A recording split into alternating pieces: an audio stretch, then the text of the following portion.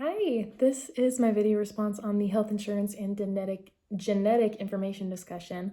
It's a little late, I apologize, but I thought this discussion was really interesting, and it kind of had to do with everything we've been talking about for a few weeks actually, or I guess just this past week. But I am a little torn on the issue. I think there are definitely pros and cons to, or I guess I'm kind of on the fence for both the pro side and the con side.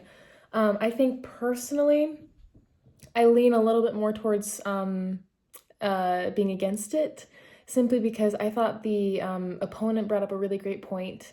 The person who discussed the opponent side, that though like there are laws that protect people with insurance companies and making sure that there's no discrimination in that, it only really extends to just health insurance, and it doesn't apply to like life insurance and other things like that, like disability and stuff like that. And I think that that is something that is really needed for people who do have those genetic predispositions. And if those laws aren't protecting them in those aspects, then that would, increase the tendency to not get tested for these diseases or not want to share that information, or just general distrust of the healthcare system. So I think that genetic information should not be just readily made available unless the person does decide to share that with the insurance companies, simply because those laws aren't currently there to protect that. So I think if there are more laws that are made for the protection of